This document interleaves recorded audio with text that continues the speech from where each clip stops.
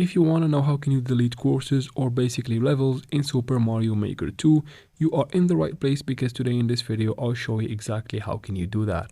All you need to do is to follow carefully till the very end with me, and I'll show you exactly how. Now, once you start the game, and then from this screen you can touch anywhere, and then if you tap on play, just make sure you tap on this icon in the bottom, the course bar in the bottom right here.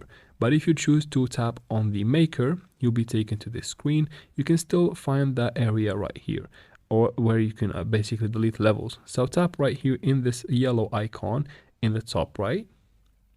You will get this screen. Tap on course spot. So choose course spot and continue.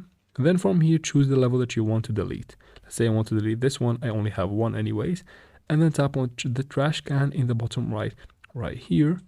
From here, just tap on delete to confirm the action, and you should be good to go. And that is it for this video, guys. I hope it was useful. Please like and comment down below, and don't forget to subscribe for future videos like this one, and thank you for watching.